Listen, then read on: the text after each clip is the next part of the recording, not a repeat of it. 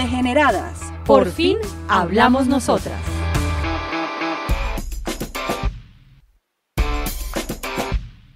Un saludo para toda nuestra audiencia y para quienes nos escuchan por primera vez. Aquí empieza Degeneradas, el podcast de las mujeres del tiempo, donde hacemos debates con enfoque de género, donde por fin hablamos nosotras. Todos nuestros episodios están disponibles para que los escuche y los descargue en varias plataformas, en Spotify, en Spreaker, en Apple, en iTunes y también en www.eltiempo.com/podcast. Hoy tenemos un programa lleno de mujeres poderosas que nos ayudarán a responder la pregunta: ¿para cuándo el aborto legal, libre, gratuito y seguro? A mí siempre se me olvida presentarme, entonces lo voy a hacer. Mi nombre es Cindy Morales, soy editora del Tiempo.com. Hoy me acompaña Diana Hernández de la redacción de Opinión del Tiempo. Dianita, gracias por estar otra vez con nosotros. Hola Cindy, gracias. ¿Qué tal por la invitarme semana? Otra vez, súper buena. Como pasada por lluviecita, ¿no? Sí.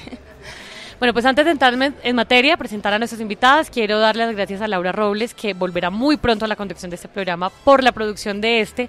Ella nos ayudó con los audios que escucharemos y con una de nuestras invitadas, Laurita Degenerada Forever, sé que va a escuchar este programa. Bueno, ahora sí, Dianis, ¿quiénes son nuestras invitadas? Bueno, nuestras invitadas son 3 personas. La primera es Juliana Martínez Londoño, coordinadora de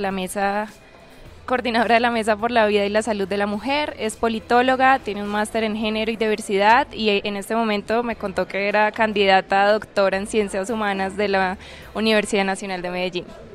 Juliana, ¿cuántos años tienes? Que para hacer muchas cosas. Hola Cindy, hola Diana y Hola. a quienes nos acompañan. Soy Juliana Martínez, coordinadora de la Mesa por la Vida y la Salud de las Mujeres y tengo 32 años. Está súper jovencita. Bueno, ¿quién más? Bueno, tenemos también a Carmen Martínez, abogada de la Universidad de Yacambú, Venezuela. Ella ha trabajado en Women's Link Worldwide, perdón mi inglés, en Colombia y en el Centro de Estudios Legales y Sociales en Argentina. Actualmente es la manager regional para Latinoamérica de Derechos Reproductivos. Del Centro de Derechos Reproductivos. Sí, Una hoy- venezolana. ¿Sí lo ¿qué dije tal? bien? Una venezolana acá en Colombia, pues muy contenta de estar acá. Gracias por la invitación, Cindy. Y bueno, muy contenta con este programa. También tenemos a una invitada que nos va a dar su testimonio. Ella quiere que la llamemos Camila. Hola Camila, ¿cómo estás? Hola a todas, ¿cómo están? Gracias por el espacio. Gracias a ti por haber venido. Pues mire, han pasado 12 años desde que el 10 de mayo de 2006 se conoció la famosa sentencia C-355 en la que la Corte Constitucional sentenciaba que había una interrupción voluntaria del embarazo en Colombia. Muchas cosas han pasado desde esa sentencia, se convirtió en un referente regional, pero aún deja muchos sinsabores para quienes creemos que aún faltan muchas cosas más en la implementación de la interrupción voluntaria del embarazo. Lo más preocupante es que buena parte de esos 400.000 abortos que según cifras se hacen en Colombia, pues solamente 10.500 los hace Profamilia y no sabemos quién hace el resto. Pensamos que generalmente no se hacen en un marco legal, pero quisiera saber, empezando por Juliana, ¿qué es lo que falta o cómo se está implementando mejor esa sentencia C-355 ahora en Colombia? Yo quisiera devolverme un poquito porque creo que también el objetivo es darle información a las mujeres y en esa medida explicarles cuáles son las causales que están despenalizadas actualmente en el país y a través de las cuales pueden ejercer su derecho a la interrupción voluntaria del embarazo. Hablamos que es derecho ejercer el aborto cuando se está en riesgo la vida o la salud de la mujer. Esas son las 3 causales de la Ajá. sentencia de la Corte. Okay. Cuando el feto presenta malformaciones que harían su vida incompatible por fuera del útero y además de eso, cuando el embarazo es producto de violencia sexual.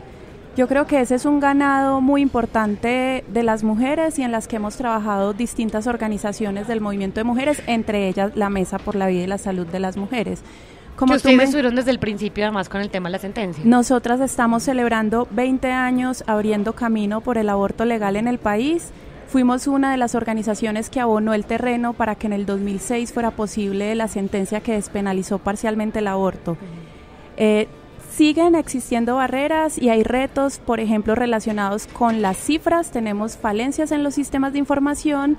Hay una cifra de la Secretaría Distrital de Salud que indica que en el 2017, el año pasado, en Bogotá se realizaron alrededor de 30.000 interrupciones voluntarias del embarazo, es decir, dentro del sistema de salud. Ok.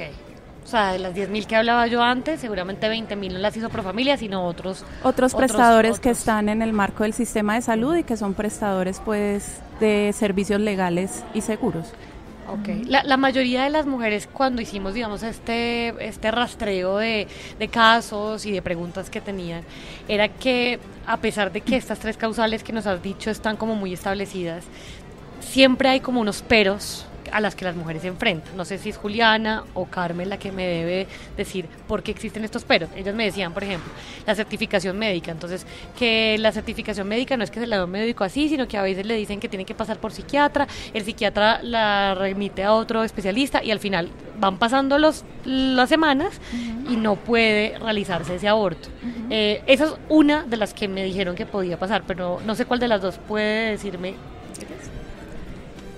Precisamente la Mesa por la Vida y la Salud de las Mujeres brinda acompañamiento legal a las mujeres que deciden interrumpir su embarazo y eso nos ha permitido saber el tipo de barreras que tú estás comentando, barreras también como solicitarles autorizaciones de los padres, del marido, pedir que se realicen juntas médicas. Eso también. Decirle a las mujeres que se tomen un tiempo para reflexionar, cuando cada causal tiene un único requisito. Digamos, ¿cuáles serían las barreras en los 3 casos? Digamos, ¿sería diferente cuando uno quiere acceder a un aborto por violación, o cuando quiere acceder a un aborto por malformación o porque está en riesgo nuestra vida? Pero además que es el riesgo de la vida, porque mucha gente decía como, en riesgo mi vida es que no me siento emocionalmente preparada para tener un bebé. O sea, yo creo que si yo quedara embarazada ahora yo diría caso. Yo creo que hay muchas preguntas, hay barreras que son específicas por causal. Por ejemplo, en el caso de violencia sexual, una barrera puede ser, el único requisito de la causal es una copia de la denuncia penal.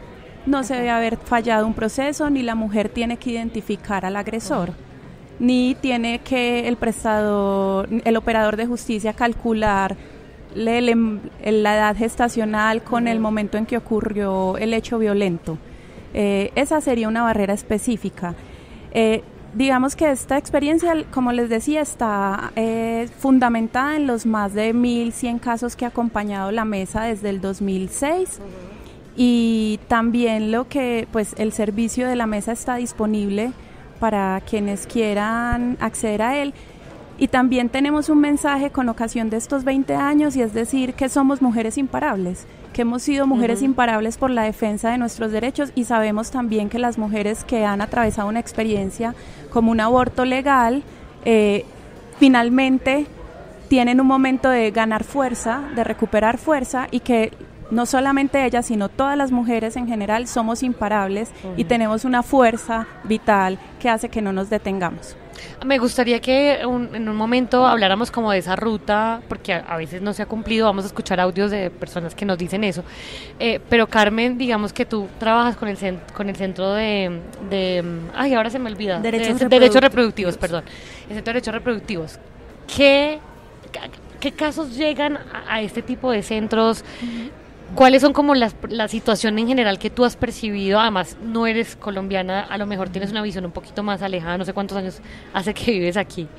No, pues desde el Centro de Derechos Reproductivos, que es una organización global que digamos no solamente tiene sede en Bogotá para América Latina, sino también en Nueva York y en Asia y en Europa, usamos las herramientas del derecho, ¿no?, para avanzar a través de los tribunales. Como litigios estratégicos, es lo que decía. Exactamente.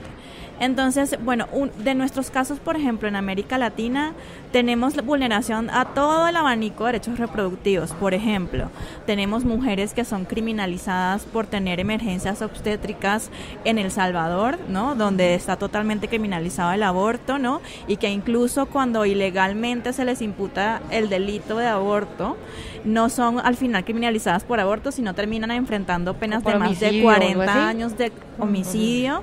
Por ejemplo, tenemos casos en Chile con esterilización forzada de mujeres que eran VIH positivas y se las esterilizó por eso. Tenemos casos, pues en Colombia hemos conocido casos, como los comentaba también Juliana y como el que comentabas tú, que enfrentan múltiples barreras para acceder, y eso tiene que ver también, y para completar un poco, es que por ejemplo la Corte Constitucional ha dicho en reiteradas ocasiones que el servicio de aborto tiene que estar disponible en todo el territorio nacional y a nivel y con todo el nivel de complejidad que requiere, ¿no? Entonces, pues nos damos cuenta de que cuando las mujeres o las niñas que no se encuentran generalmente en zonas más urbanas se enfrentan unas barreras grandísimas, no solamente para llegar al centro de salud, sino también que carecen, el Estado o la institucionalidad no llega allí para brindar la información oportuna, suficiente, necesaria y adecuada que requieren, ¿no? Entonces, por supuesto, también en paralelo a esas barreras están, digamos, la Corte también ha dicho que no se puede, los operadores de salud no pueden objetar conciencia institucional, y si objetan conciencia personal, el sistema de salud tiene que tener un proveedor inmediatamente para que se pueda hacer la atención. Entonces, o sea, eso quiere decir que cuando un médico hace una objeción de conciencia, digamos que el sistema debería estar lo suficientemente blindado. Bueno, perfecto, usted tiene la objeción de conciencia, pero hay otra persona que puede ayudarle a hacer el procedimiento. Exactamente. Lamentablemente lo que ahora pues muchas mujeres y niñas todavía se encuentran es con proveedores de salud o con servidores de salud que pues que no solamente no quieren realizar el procedimiento por creencias ideológicas o religiosas, sino que también las mujeres y las niñas reciben un trato que no es el adecuado, ¿no? Reciben amenazas, reproches, burlas, entre otros muchos, digamos, comentarios, y por decirlo de alguna manera, que solamente lo que hacen es vulnerar más, estigmatizar mucho más a las mujeres desde el rol que supuestamente deberíamos tener, ¿no? Este programa, digamos, no solamente tiene como marco el tema de la sentencia de aborto, y hemos querido hacerlo hace muchos programas, sino también que este viernes se cumple el Día de Acción Global por el Acceso al Aborto Legal y Seguro. Este día se celebra, creo que desde 1990, cuando el Quinto Encuentro Feminista Latinoamericano y del Caribe convocó como a una serie de organizaciones feministas y dijeron, listo, tenemos que hacer un día en el que se pida el acceso al aborto. He estado revisando redes sociales, obviamente Argentina está con toda en este debate. Mañana tienen movilizaciones en casi todo el país, Chile también, y bueno, justamente con lo de Argentina, con el tema de los pañuelos verdes, que se ha vuelto como lo más importante. Tú, que digamos tienes una mirada más regional, ¿cómo está el pulso en la región? Porque uno lo ve muy vívido en Argentina, bueno, Buenos Aires muchísimo más, pues digamos por ser capital, Chile, no sé si en Bogotá, yo creo que no lo siento así, pero no sé si es una percepción mía, que aquí quizás estamos como más abiertos, sí. Menos abiertos, menos abiertos, yo lo veo así. Dianis creo que tiene otra postura, como menos abiertos a eso, o sea, no veo un pulso de listo, hay que hacer esto y avancemos, sino como que nos quedamos con las 3 causales y ya. A ver, digamos que la lucha que han hecho recientemente las compañeras y colegas argentinas es ha roto de alguna manera un paradigma, no solamente en Argentina, sino para toda la región, ¿no?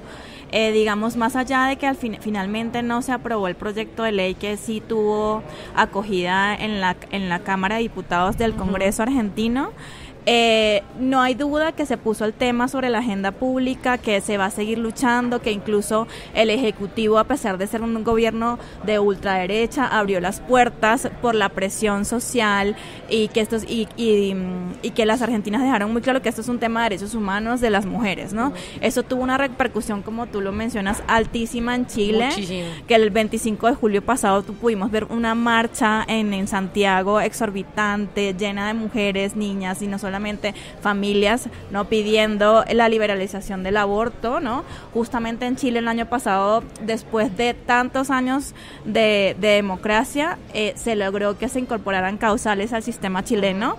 Es cierto que quizás en Colombia, y pues Juliana me podrá complementar. Juliana, hasta que se habla. Sí, Juliana me podrá complementar. Quizás tiene que ver porque, digamos, pues yo no estaba acá justamente cuando se despenalizó el aborto en 2006, pero lo que sí sé es que a partir de ese momento y digamos, de los años de lucha, se cambió el lenguaje de cómo se habla del aborto, ¿no? Entendemos que antes se hablaba del aborto en Colombia como un tema pues mucho más moral, religioso, y esto ya no es así. Ahora estamos claros, más allá de que falta mucho por avanzar, por acabar con las barreras, ¿no? Porque las mujeres y las niñas puedan acceder siempre al servicio de aborto, está claro que es un tema de salud, de vida de las mujeres y de derechos humanos. No falta el moralista procurador, no vamos a decir el nombre, que sí. Pero bueno. Y puntualmente sobre el tema de Argentina y lo que ha pasado en otros países como Irlanda, donde hubo un referendo, bueno, Polonia, donde las mujeres también han salido a la calle, Chile, que ya cumple un año de despenalización también parcial.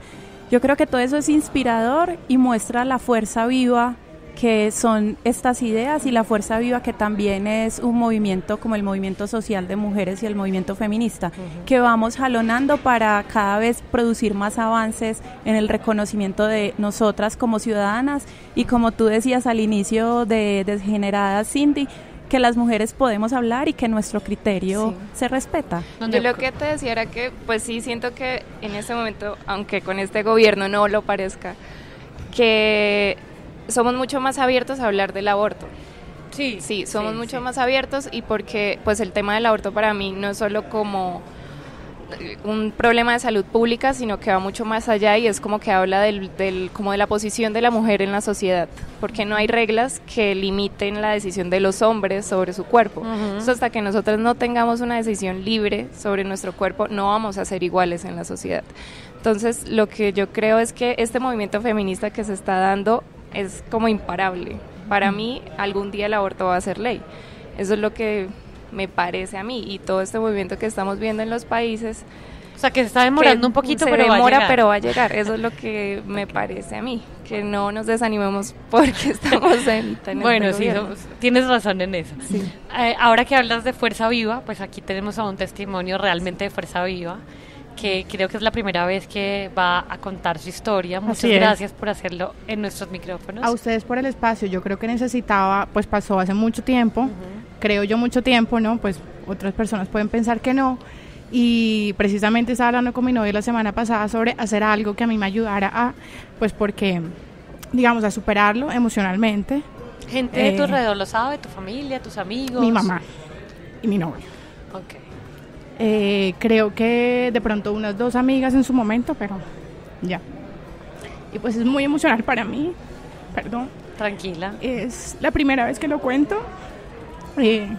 Y fue un impulso haberlo dicho. O sea, en realidad yo vi el tweet de Laura, dije, lo voy a hacer. La semana pasada le estaba diciendo a mi novio, yo creo que necesito algo para sanarlo. Y fue perfecto. O sea, no sabía qué hacer. No sabía a quién contárselo, pero pues fue perfecto. Bueno, pues ojalá que puedas sanarlo a través de este programa y que nos puedas contar cuál fue tu experiencia. Claro. Creo que lo hiciste de forma pues, legal, digamos. Sí. Lo hiciste como con todos los requerimientos que se necesitan. Así es, yo, digamos, mi caso fue a través de la causal de salud, y pues fue toda salud mental y social que afectaba mi proyecto de vida, y pues así es, yo hoy sigo creyendo que definitivamente me cobijaba esa causal. ¿Eras menor de edad en ese tiempo o no? No. Tenía 21 años. Okay. Perdón, 24 años. Yo tengo los detalles un poco, digamos, distorsionados porque no hablo del tema. Hablar es sanador, pero por mucho tiempo, como por 2 años, yo ni siquiera lo hablé con mi novio. O sea, pasó. Y él quería hablarlo muchas veces y decía como hablémoslo, sanémoslo, no sé, pero para mí era dejarlo atrás. Entonces, porque él era tu pareja de ese entonces también. Y lo sigue siendo. Lo sigue siendo. Y lo sigue siendo. Entonces, sí, para mí era muy difícil afrontarlo, por 2 años fue muy difícil. Se me juntó como todo con todo, cumplí 25 años, o sea, fue simplemente muy difícil como todo el momento, pero sí tenía 24. Y yo creo que hace unos 2 años más o menos he tratado como de no solo interiorizarlo más, sino hablarlo. Me he enfrentado varias veces a que me pregunten mi opinión, pero no solo mi opinión, sino amigas preguntándome específicamente tú lo harías porque estoy en esta situación. Y como que eso me ha obligado a decir, yo tengo que comenzar a hablar de esto. Okay. Primero, no soy yo, digamos, no sería yo si me quedara callada ante una situación, no sería mi yo feminista, no sería yo tampoco no ayudando, contando mi testimonio, no ayudando a las demás. Entonces, digamos, esa fue una de las decisiones también por las que dije, tengo que comenzar a hablarlo. ¿Encontraste, digamos, una ruta fácil, digamos, con esto que hemos hablado de que a veces se ponen ciertas trabas médicas o algo así? Yo no sentí que para mí fue tan difícil, pero después corroboré que, digamos, fue un caso único. Pues todos los casos son únicos, pero yo siento que fue más fácil. Yo primero me acerqué a Oriéntame. En Oriéntame, pues es privada, nos atendieron muy bien, fueron súper comprensivos. Hablamos con una psicóloga, lo hicimos los dos juntos y nos dijeron, ambos tómense un tiempo y nos explicaron incluso cómo había métodos para hacerlo, para tener pros y contras de si tener o no un bebé en ese momento, digamos. Okay. Nosotros nos tomamos un tiempo, recuerdo que eso fue un viernes, fuimos a Oriéntame un sábado a las 7 de la mañana. Estaba ahí y recuerdo que nos tomamos todo ese día, el domingo, el lunes volvimos y ya lo habíamos decidido, habíamos dicho sí, lo vamos a hacer, digamos. Después de haberlo pensado un montón, no sé qué, yo no lo sentí difícil, en ese momento me revisó un doctor físicamente, mi salud, etcétera, chequearon mi EPS, todo lo demás, y una psicóloga. Nos hizo a mí y a mi novio juntos y luego separados, ¿qué? Una sesión, una evaluación, no sé, y ya. O sea, digamos, siento que fue fácil porque sentí mucha comprensión en el principio, digamos. Nos explicaron muy bien el proceso, sobre todo la psicóloga. El médico sí fue un poco más, no sé utilizar la palabra, fue frío, fue un poco más distante, digamos. Okay. Pero la psicóloga sí fue muy atenta a todo el proceso, nos explicó qué iba a pasar, cuál iba a ser el método, etcétera. Y fueron muy claros en decirnos, yo tenía pocas semanas, tenía como... Pues, pocas semanas, tenía como un mes y medio más o menos, entonces me dijeron que por pastillas se podía hacer, etcétera, pero fueron muy claros en decir que era probable que eso no fuese suficiente. ¿En tu caso fue suficiente? No fue suficiente. No fue suficiente. Lo que a mí se me hace que fue más difícil porque yo lo siento prolongado en el tiempo. Claro. Sí, me hago entender. O sea, yo asumo que tomaste las pastillas, no funcionaron, debiste hacer otro procedimiento. Exactamente. Entonces, para mí fue prolongarse en el tiempo porque yo siento que fue como un momento de mi vida de 2 meses súper largos, no fue tanto, fue si acaso un mes. Como muy largo, o sea, como enfrentarse constantemente a eso. Y fue, digamos, fue también para nosotros muy difícil como pareja. Yo no soy cristiana, pero mi novio sí lo es. Entonces para él fue súper difícil, en ningún momento me dijo, digamos, cuando ella dijo, tomen la decisión, él me dijo, yo te voy a poner las razones por las que yo no lo quiero hacer, tú pones las tuyas por las que no quiero hacer, me dijo, pero yo creo que tengas claro que acá pesas más tú que yo. No sé, mucha gente ve, digamos, ese argumento problemático. Él tenía claro que seguía siendo mi cuerpo, y que definitivamente mi decisión pesaba más porque si iba a tener un bebé, mi cuerpo iba a sufrir más que el de él, y si no lo iba a hacer, mi cuerpo iba a sufrir más que el de él.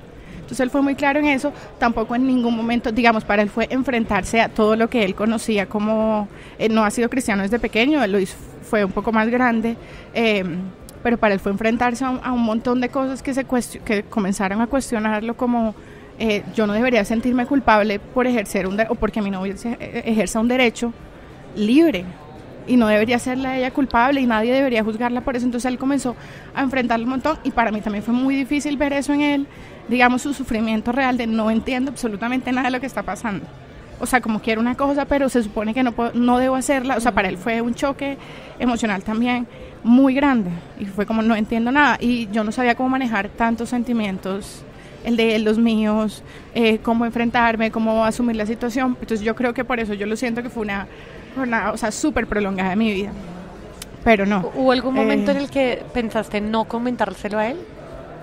No. ¿Siempre no. dijiste se lo voy a hacer? Sí, siempre pensé en comentarse. Sí, desde el principio, desde que me enteré, sí, creo que fue la primera persona que dije voy a recurrir. También puede ser muy de la naturaleza de nuestra relación. Yo le comentaba a Laura, como por más apoyo que tú tengas, yo siento que lo tuve a él como sistema de apoyo increíble, porque siempre estuvo para mí. Tuve a una de mis mejores amigas todo el tiempo, pero aún así yo sentía que me enloquecía. O sea, se me va a enloquecer. ¿Sí me entiendes? O sea, no entiendo por qué, pero me va a enloquecer. y tenía como todo, y estaba todo bien, y fue legal, pero me voy a enloquecer, o sea, yo decía, me voy a enloquecer, ¿y qué está pasando? Y me decía, pasó un año y siento que me voy a enloquecer todavía, por ejemplo. Entonces yo le decía a Laura como, es fundamental el acompañamiento. Te iba a preguntar eso, ¿hubo acompañamiento psicológico, no sé si privado, digamos, que tú lo hayas contratado, o de pronto esta organización te ha ayudado en eso? Digamos, pero entonces les voy a seguir contando, digamos, como la línea para que entiendan un poco, no funcionó, yo me tomé las pastillas, etcétera. Una semana después fuimos a ver y no había funcionado. Lo que para mí fue simplemente terrible. Y fue otra vez un enfrentamiento personal porque entonces decíamos como pucha, le estamos haciendo lo que debíamos hacer. Entonces nos decían, cálmense, o sea, esto pasa. Okay. Dijimos, está bien, calmados. Por alguna razón, en ese momento en Oriéntame no tenían disponibilidad de un médico que me hiciera la cirugía. Ya yo estaba cerca de las... No sé, habían pasado, ¿qué?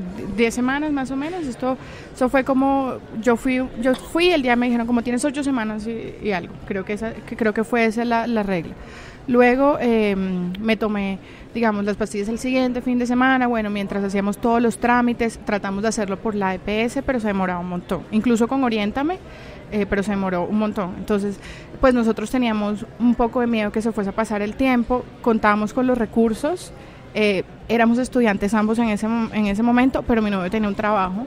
Entonces, recuerdo que lo pagamos con tarjeta de crédito, porque en verdad es muy caro abortar. Es muy caro abortar. Y para nosotros fue púchale.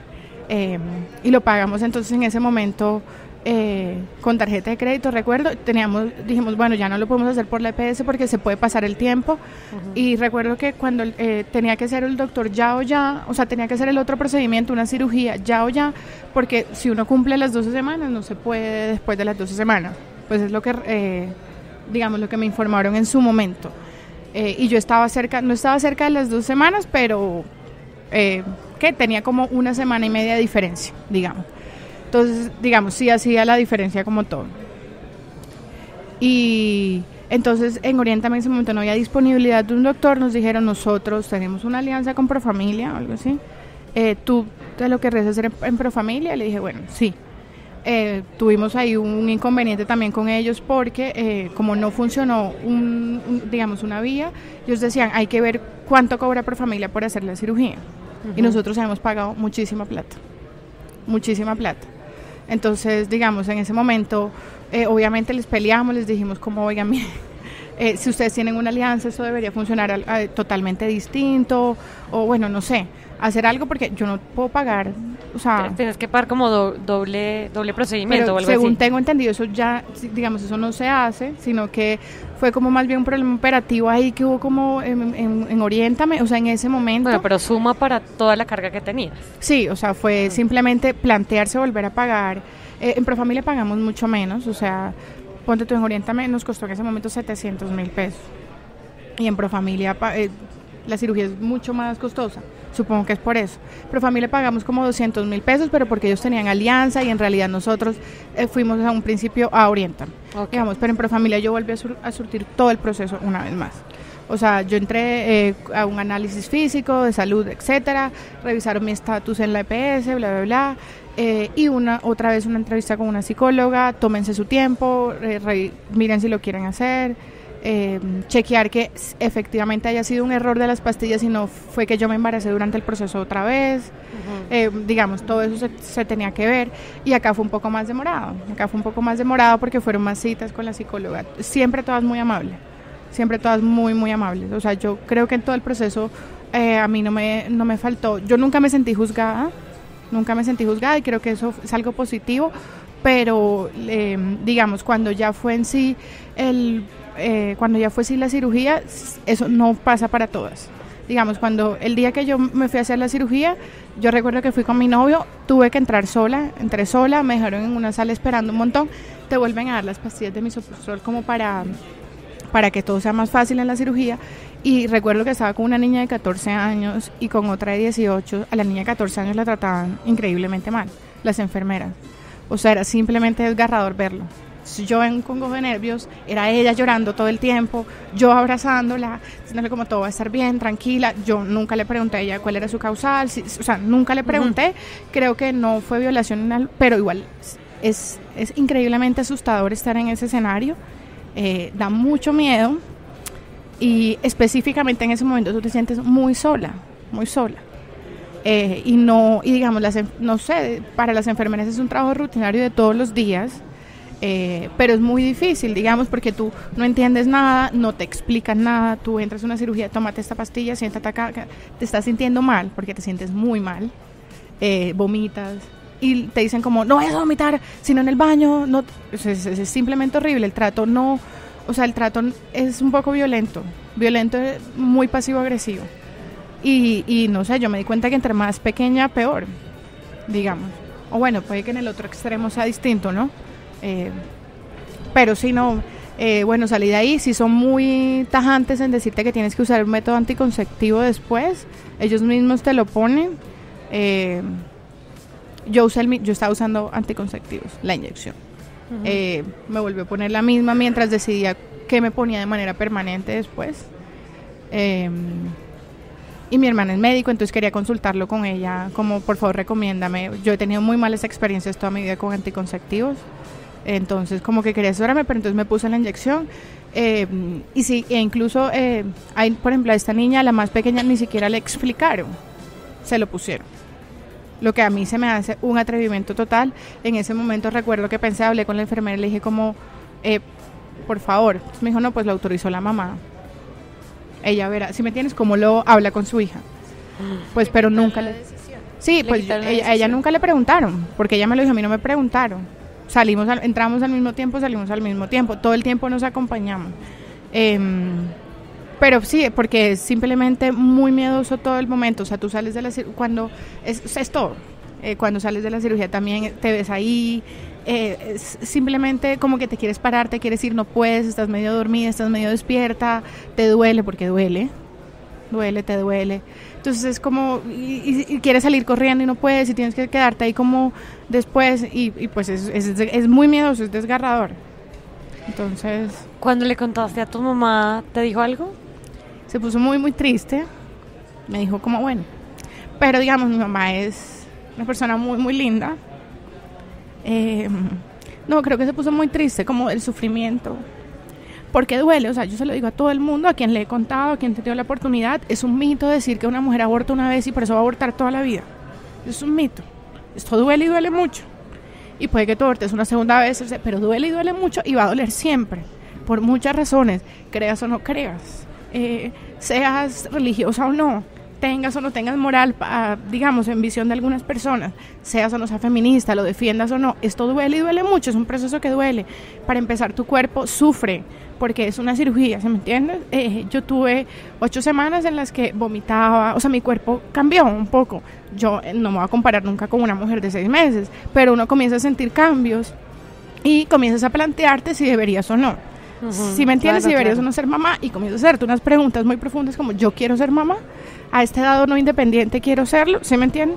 Yo he dicho desde pequeña que yo no quiero ser mamá, ese no es mi proyecto de vida, y esa fue una de las razones por las que yo dije, yo no quiero tener un bebé en este momento, ni mucho más adelante, es probable, ¿sí me entiendes? Entonces, yo creo que es un mito decir que si una mujer aborta una vez, lo va a hacer siempre, como si fuese cambiarse de calzones, y no es así. Duele y duele mucho, y por las razones que haya sido por las que vas a abortar, duele y duele mucho, y va a doler siempre. Entonces, sí. Gracias por haber compartido tu testimonio. A ustedes por el espacio. De siempre. verdad. Quedamos todas como muy impactadas, Juliana. No, yo creo que lo que ella menciona también lo hemos visto nosotras en el acompañamiento de casos, y es que cada caso es un mundo. Esa decisión tan profunda que es de la vida de las mujeres les corresponde a ellas, nos corresponde a nosotras.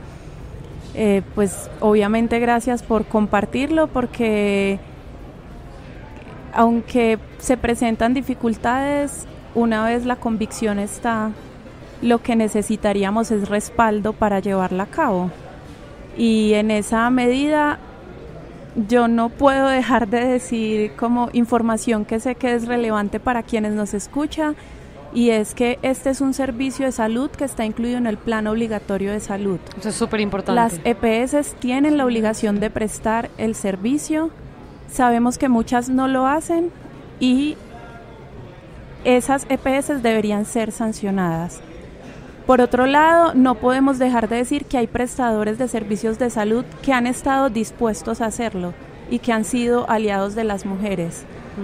Sabemos que muchas veces se presentan circunstancias que no son las que deseamos y esas circunstancias hay que denunciarlas, pero también tenemos que reconocer el rol valioso que han jugado médicos, enfermeras, psicólogos que se han preocupado por este derecho y que se han puesto la camiseta. Y por último es que en Colombia no hay límite a la edad gestacional. Lo que varía conforme avanza la edad gestacional son los procedimientos y para eso es importante el acompañamiento de quienes ofrecen los servicios. La edad gestacional son las semanas. Sí. No, como para ponerlo en términos más que podamos entender. Las semanas, el tiempo, los meses de embarazo, no hay límite para la práctica del procedimiento, sino es algo que tiene que ver con la capacidad médica de la institución, en el lugar del país en el que estás, y a veces no se llega a una edad gestacional avanzada porque uno estaba distraído y se dio cuenta que estaba en embarazo, sino por este tipo de barreras, que el centro de salud queda lejos, mientras la mujer efectivamente accede a una prueba de embarazo, más además mientras lo consulta, lo decide, pues sí, porque claro, tampoco o sea, eso no es una decisión súper fácil. Mientras la EPS autoriza, como en el caso de Colombia, ¿no? Lo que obliga a que las mujeres saquen sus propios recursos. Esto nos lleva justamente al tema de la ruta que quería tocar. O sea, en el caso de la persona que nos estaba diciendo ahorita su testimonio, de Camila, pues digamos que ella fue, entre comillas, fácil, pero pasaste por un montón de cosas. Muy privilegiada, pero en medio de todo también con las barreras normales. O sea, sí. Viste casos como de violencia de parte de ciertas personas que estaban realizando el procedimiento, en fin. ¿Qué debería saber alguien? Porque algo que siempre decimos en este podcast es que nosotros hablamos mucho desde el privilegio. Lo hablabas, Carmen, en el principio. Estamos en la ciudad, vamos a cualquier droguería, encontramos una prueba de embarazo y digamos tenemos que el proceso... Tenemos educación, sabemos más o menos qué hay que hacer, sí. Pero hay gente que nos escucha, ojalá, desde partes donde es muy difícil conseguirlas, incluso aquí mismo en Bogotá. O sea, de pronto son sectores como más vulnerables. Entonces, especifiquemos, una persona reconoce, o sea, ya sabe que está embarazada una mujer, no quiere tenerlo, ¿qué debe hacer? Puede hacer dos cosas. Una, en la consulta médica, al informar que está en embarazo o cuando se verifica el estado de embarazo, debe recibir información reproductiva, es decir, sus opciones. Espérate, cuando tú hablas de eso es que toca ir al médico. Esa es una opción. A un médico general. La primera opción es ir a un médico general. Y ahí tú puedes las opciones son continuar el embarazo, interrumpir el embarazo, dar en adopción. Y conforme esa solicitud, el médico debe empezar a atender la solicitud. Es decir, si va a expedir el certificado, si se necesita... un médico general puede expedir el certificado. Eso es importante. O, en todo caso, quien atiende debe brindar la información. Una de las cosas, activar la ruta. Una de las cosas que me pareció muy valiosa del testimonio de Camila era como que nos enfrenta a lo terriblemente solas que se ven las mujeres ante esta decisión. O sea, uno, pues digamos, ir al médico aceptando que uno está embarazada a veces no es tan fácil. Nos hace más falta como instituciones como esta que ella nombró, Oriéntame, que hay que, o sea, como que hay que hacer para acompañar más a las mujeres que se sienten solas y se sienten perdidas. Digamos, ella tenía una red de apoyo que fue muy importante. Hay mujeres que no la tienen. ¿Qué puede hacer una mujer que está sola con esta decisión? Quiero terminar de responder algo. Es que otra opción para activar la ruta es a través de urgencias. Okay. Porque este es un procedimiento que, como contaba Camila en su relato, el tiempo avanza y conforme avanza implica otras cosas en la atención. Y sobre el acompañamiento a las mujeres, bueno, Nuevamente ofrecemos los servicios de la mesa, es un servicio en el que se brinda asesoría legal. ¿Hay alguna página web, un teléfono, algo? En este momento estamos en www.despenalizaciondelaborto.org.co. Ahí pueden encontrar la línea celular en la que se contactan para el tema, y por los 20 años estamos compartiendo historias en www.mujeresimparables.co. Y lo otro, yo creo que es también un llamado social, y es que en la medida en que respaldemos esta decisión, no juzguemos, no satanicemos, no estigmaticemos, no la cuestionemos, pues va a ser un tema del que cada vez podemos hablar con más confianza y con más naturalidad, porque es una experiencia que puede ocurrir en la vida de muchas mujeres. Claro. Sigamos con la ruta. Esto es por si, digamos, si la persona tiene un tema de salud, sea físico o mental o emocional, y no quiere tenerlo. En el caso del tema de violación, ¿debe pasar por este mismo? No, hay que hacer una denuncia. La denuncia, que aquí en Bogotá, por ejemplo, se realiza en el CAIBAS de la Fiscalía, que es donde se concentran todos los delitos relacionados con violencia sexual. Ahí se puede presentar la denuncia, y la copia de la denuncia, con esa copia de la denuncia, la CAIBAS debe activar la ruta de salud. ¿Solo puede ponerlo en ese lugar de la Fiscalía? Aquí en Bogotá creo que es donde están concentrados. Usualmente Fiscalía tiene concentrados los servicios. Pero, por ejemplo, si va a medicina legal, ¿funciona un certificado de medicina legal? No, es copia de la denuncia. De ahí de medicina legal debe pasar a donde debe realizar la denuncia. Que además es importante decir que... O sea, primero medicina legal, luego CAIBAS de la Fiscalía. No, en principio es la denuncia, solo que si una mujer está en medicina legal, desde ahí se debe poder captar para la ruta. Ahora, menores de 14 años, en el país sabemos que hay una presunción donde se asume que un embarazo en una menor de 14 años es violencia sexual. Por lo tanto, no es necesaria la copia de la denuncia. Ok, perfecto. Y la última causal, que es malformación fetal incompatible con la vida fuera del útero, ahí se requiere un certificado médico, pues en el que se identifica la malformación. En Causal Salud aplica tanto un certificado médico como el psicólogo. Que es el médico general, porque lo que tú nos comentabas antes era que a veces hacen como juntas de médico, no es necesario. Es que eso es tan complejo que vamos a llamar un especialista. No se puede de un médico general. Se puede de un médico general. Se puede de un médico general. Sí. Una de las cosas, como para también recalcar, una de las principales barreras, yo me atrevería a decir que es la principal, es la falta de información, ¿no? Por la falta de información precisa, ¿no? Como resaltó Juliana, cuáles son el único requisito que exige, por ejemplo, la causal salud, que es salud integral, la causal vida, o en este caso la causal violencia sexual, es uno de los de las muchas barreras que enfrentan las mujeres y las niñas para poder acceder a un aborto en Colombia, ¿no?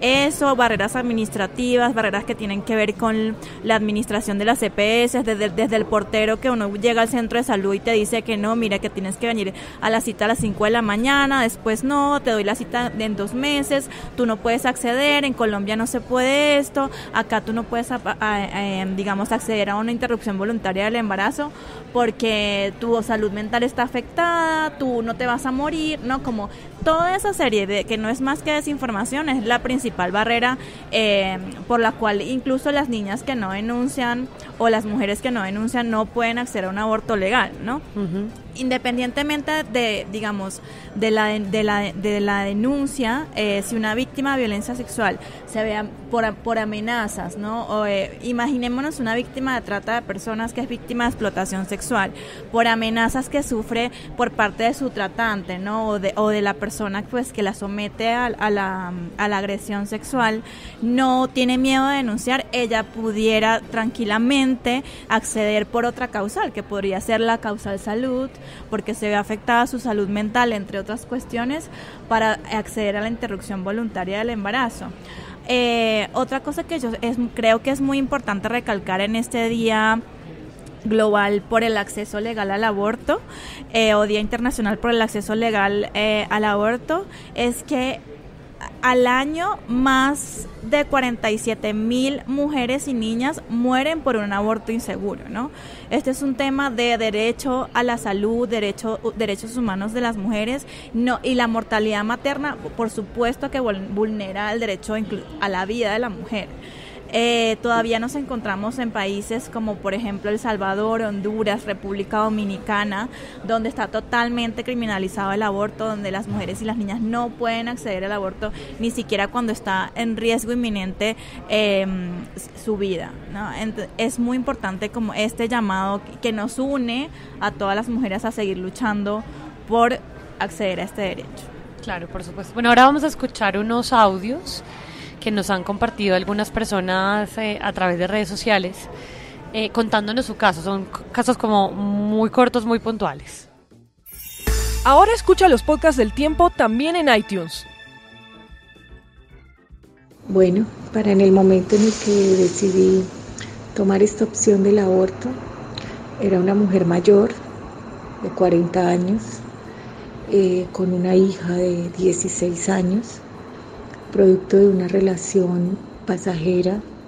En ese momento solo llevaba un mes con esa persona.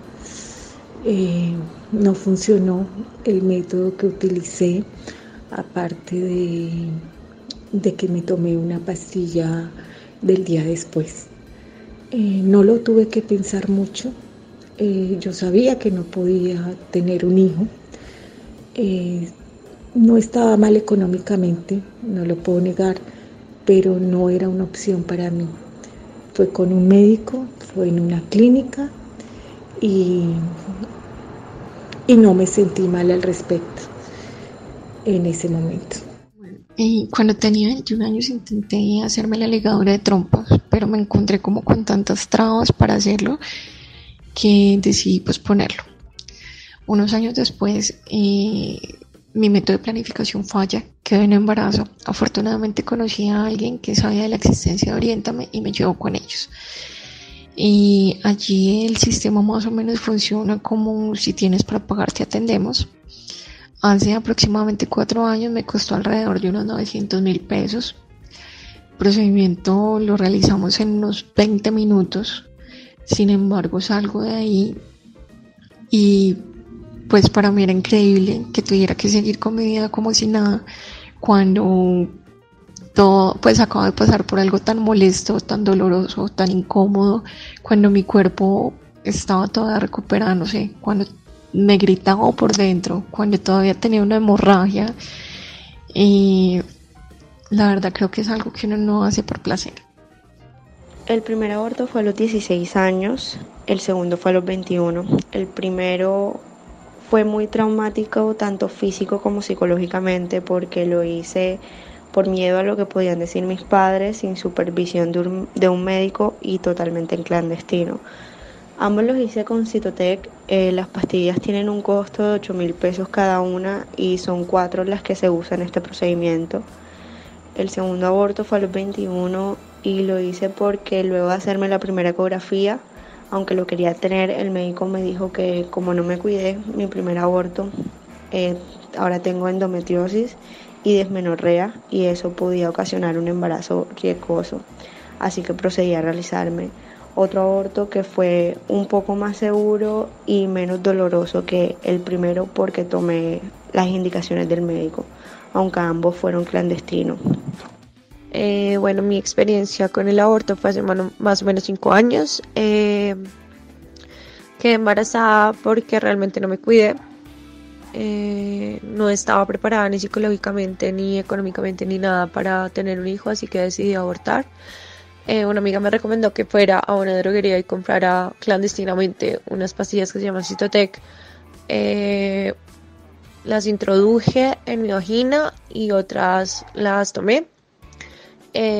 Durante los primeros 2 días estuve vomitando, con diarrea y sangré como más o menos 8 días.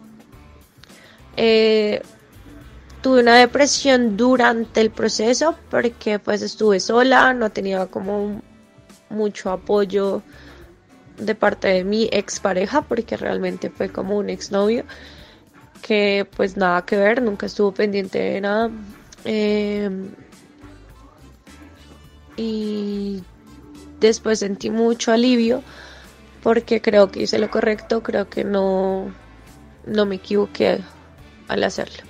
Escuchamos 4 testimonios diferentes de 4 chicas diferentes edades también, y muchas coinciden con lo que Camila decía, y era que también se sentían muy solas, que lo hicieron en circunstancias en las que de verdad no se sentían capaces de seguir adelante. Yo quisiera, digamos, ir redondeando este programa a partir de esos testimonios, preguntando qué es lo que nos falta para que estos testimonios no se vuelvan, digamos, que no se enfrenten a tantos problemas. Ya es suficientemente difícil tomar la decisión de abortar como para enfrentarse a todo lo que se han enfrentado cada una de las personas que hablaron aquí en este programa. ¿Qué nos falta, Carmen? A ver, pues en un país como Colombia, ¿no? Donde hay causales, y hay pues causales entendidas en términos amplios, especialmente la causal salud, que como mencionaba Juliana, es salud física, mental y social. Lo que quizás falta es, uno, trabajar muy duro, no solamente desde el monitoreo que debe sentar el ente que es responsable de la salud en Colombia, sino también un monitoreo que lo hacemos constantemente las organizaciones de la sociedad civil, entre otros grupos, sobre, bueno, cuáles son las barreras que se están presentando y cuál es el plan para contrarrestarlas, ¿no? Por ejemplo, el tema de las autorizaciones administrativas que ejercen, por ejemplo, las EPS o las instituciones proveedoras de salud, es la principal razón de por qué las mujeres no necesariamente tienen una interrupción voluntaria del embarazo en las primeras 12 semanas, ¿no? Sino que se debe, como lo mencionaba también Juliana, no porque pues se me pasó, me enteré tarde, no, generalmente se debe por las demoras del sistema de salud, perdóname. Y después, como tienen que haber protocolos muy claros de atención y a la interrupción voluntaria del embarazo, ¿no? Para las causales en las que se puede acceder al aborto en Colombia.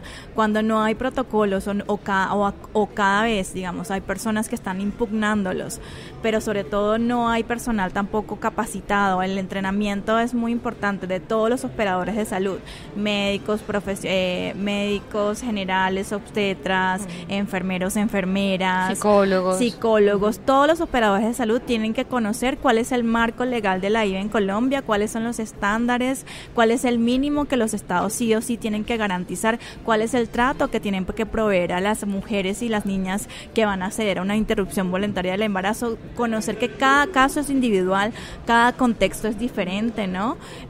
Cómo el sistema de salud va a atender a una víctima de violencia sexual que provienen, por ejemplo, el ejemplo que te daba, ¿no? Como de una situación de explotación que quizás es migrante, cómo el sistema de salud va a abordar esos casos. Tiene que haber un entrenamiento, una capacitación constante y un acompañamiento integral, así como la causal salud es integral, el acompañamiento también debe ser integral y no solamente físico de que te proveo la cirugía y ya.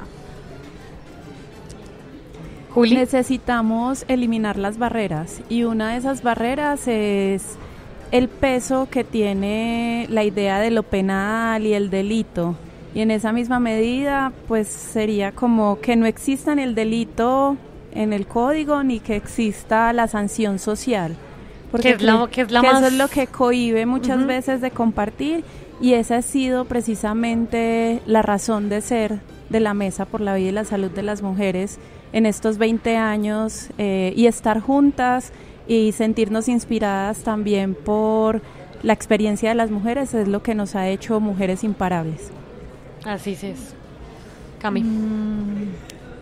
Yo creo y apoyo eso de la sanción social. Creo que debemos ser más empáticos, hombres y mujeres, más mujeres, empezar a entendernos un montón,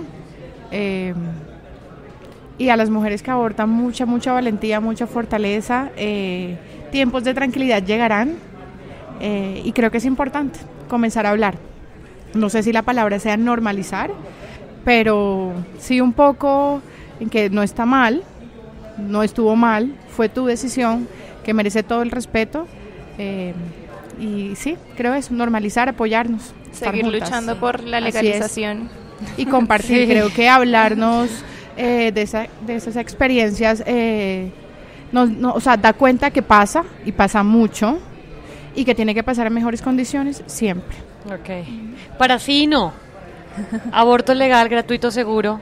En Colombia, ¿pronto sí o no? Pronto sí. Sí, pero para allá. O sea, estamos demorados. Diani, sí. Yo sí, totalmente. Bueno, vamos a terminar este podcast agradeciéndoles a las tres por haber venido, a las personas que nos mandaron sus audios y que nos compartieron sus historias. Muchas gracias. Seguiremos trabajando por estos debates con enfoque de género que queremos hacer aquí. Vamos a terminar el programa, como siempre, con nuestro personaje de la semana. Querida Diana, ¿quién es nuestro personaje de la semana? Bueno, hoy queremos hacerle como un reconocimiento a Andrea Constant, que fue una de las primeras mujeres que se atrevió a denunciar por agresión sexual a la estrella de televisión Bill Cosby. Gracias a su testimonio se llevó a cabo una investigación contra el actor que hoy lo lleva a enfrentar una condena entre 6 y 10 años de cárcel. Esta es una condena muy importante porque es la primera del movimiento global Me Too, o Yo También, que se hace contra una celebridad.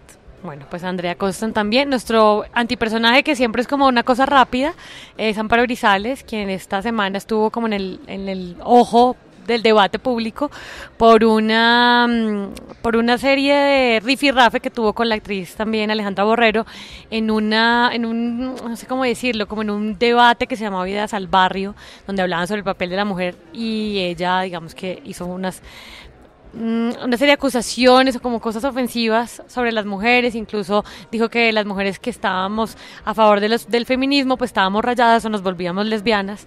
Entonces pues nos gusta mucho Amparo Grisales, pero no la forma en la que habló en este conversatorio con Alejandra Borrero.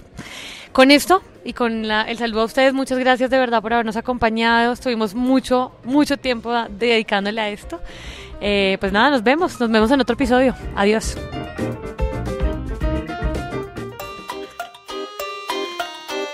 Escucha también ¿Qué podría salir mal? Un podcast en el que hablamos de tus problemas de la vida cotidiana.